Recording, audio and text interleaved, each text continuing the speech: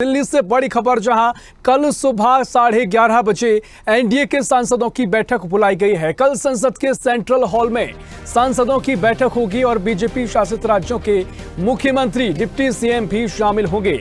मध्य प्रदेश के नवनिर्वाचित 29 सांसद भी आज दिल्ली पहुंचेंगे।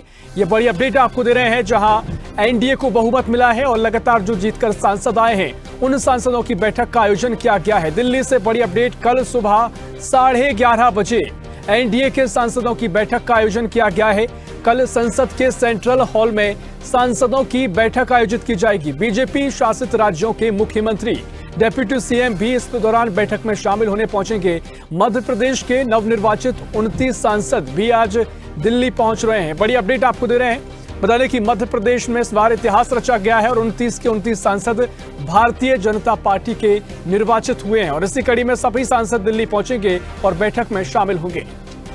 तो दिल्ली से आपको अपडेट दे रहे हैं। कल सुबह 11 बजे एनडीए की बैठक बुलाई गई है और इसी खबर पर और भी जानकारी के लिए सीनियर एडिटर मुक्ता पाठक हमारे साथ लाइव जुड़ गए हैं। मुक्ता जी, कल सुबह 11:30 बजे एनडीए की बैठक का आयोजन किया गया है। सभी सांसद शामिल होंगे। मध्य प्रदेश के सभी 29 सांसद दिल्ली पहुंच रहे हैं। क्या कुछ बैठक को लेकर अपडेट है? क्या चर्चा की जाएगी? मुख्यमंत्री भी शामिल होने जा रहे हैं। जी बिल्कुल, मुख्यमंत्री डॉक्टर मोहन यादव दिल्ली पहुंच चुके हैं। वीडी शर्मा प्रदेश अध्यक्ष जो हैं बीजेपी के, वो शाम को 7 बजे पहुंच रहे हैं।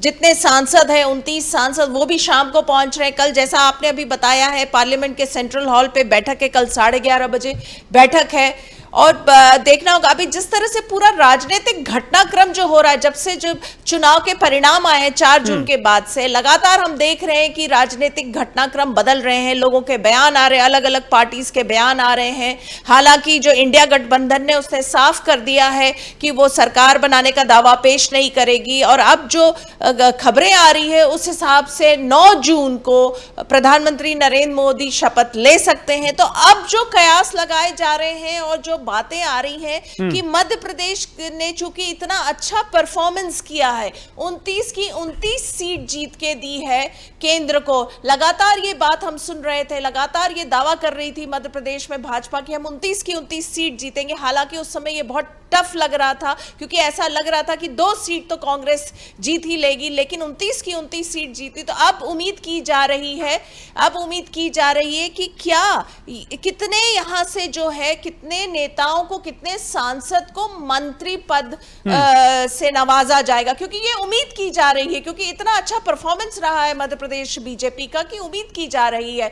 तो अब कयास ये लगेंगे कि किनको मंत्री मंडल में शामिल किया जाएगा। हालांकि ये लगातार बात हो रही थी कि प्रदेश अध्यक्ष वीडी शर्मा जी को मंत्रिमंडल में स्थान मिलेगा। पहले ये भी बात थी कि शिवराज सिंह चौहान को भी मंत्रिमंडल में लिया जा सकता है, लेकिन अब बातें आ रही है कि क्या उनको राष्ट्रीय अध्यक्ष का पद दिया जा सकता है। तो ये सारे कयास का दौर है। अब कल बैठक के बाद और 1 से 2 दिन के अंदर में ऋषभ, ये पूरा क्लियर हो जाएगा कि मंत्रिमंडल में मध्य प्रदेश को कितना स्थान मिलता है, क्या राष्ट्रीय अध्यक्ष का पद भी मध्य प्रदेश को मिलेगा। और यहाँ लेकिन जिस तरीके से प्रदर्शन देखने को मिला है, क्योंकि मध्य प्रदेश ने जो सौगात कहें कि केंद्र की बीजेपी को दी है, तो ऐसे में क्या ये माना जाए कि कुछ ना कुछ तो बड़ा मध्य प्रदेश को जरूर मिलेगा। और जिस तरीके से चर्चा शुरू हो गई है कि शिवराज सिंह चौहान को राष्ट्रीय अध्यक्ष बनाया जा सकता है, क्या ये माना जाए अभी से कि मध्य प्रदेश को कुछ और बड़ा मिलने वाला है?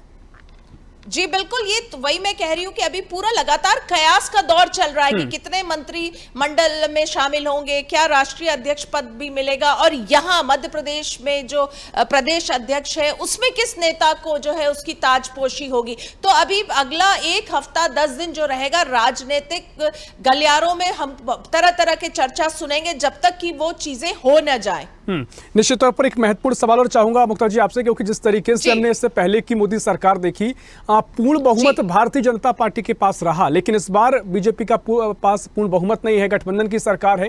तो क्या वो रुतबा मोदी का, वो रुतबा कहीं की सरकार का देखने को मिलेगा, या फिर कहीं ना कहीं अब सरकार की नई रणनीतियां शुरू होंगी, क्योंकि सरकार 5 साल चलानी है, तमाम जो फैसले इससे पहले कड़े लिए गए, क्या इस बार थोड़ी वो स्थिति हम देखेंगे? नहीं, बिल्कुल, देखिए, जब आप मिली जुली सरकार चलाते हैं तो आपको सबसे राय लेना पड़ता है और उनकी बातें आपको सुननी पड़ती है, माननी पड़ती है। और जिस तरह से जो खबरें आ रही हैं, राजनीतिक गलियारों की बात करें तो नीतीश कुमार अपने लिए कुछ, अगर वो सपोर्ट कर रहे हैं तो वो अपना बार्गेनिंग जो है वो बार्गेन कर रहे हैं, चंद्रबाबू नायडू बार्गेन कर रहे हैं, चिराग पासवान बार्गेन कर रहे हैं, तो जब आप उन लोगों को भी उनकी बार्गेन्स को, उनकी डिमांड्स को मानेंगे तो जाहिर तौर पे आप जब एक फुल मेजॉरिटी से आते हैं तब आप जो डिसीजंस लेते हैं और आप जब लोगों की राय लेके डिसीजन लेते हैं तो उसमें बहुत अंतर होता है। निश्चित तौर पर देखना बड़ा महत्वपूर्ण होगा इस बैठक में भी क्या कुछ चर्चा की जाएगी। फिलहाल बहुत बहुत शुक्रिया मुक्ता जी आपका तमाम जानकारी साझा करने के लिए।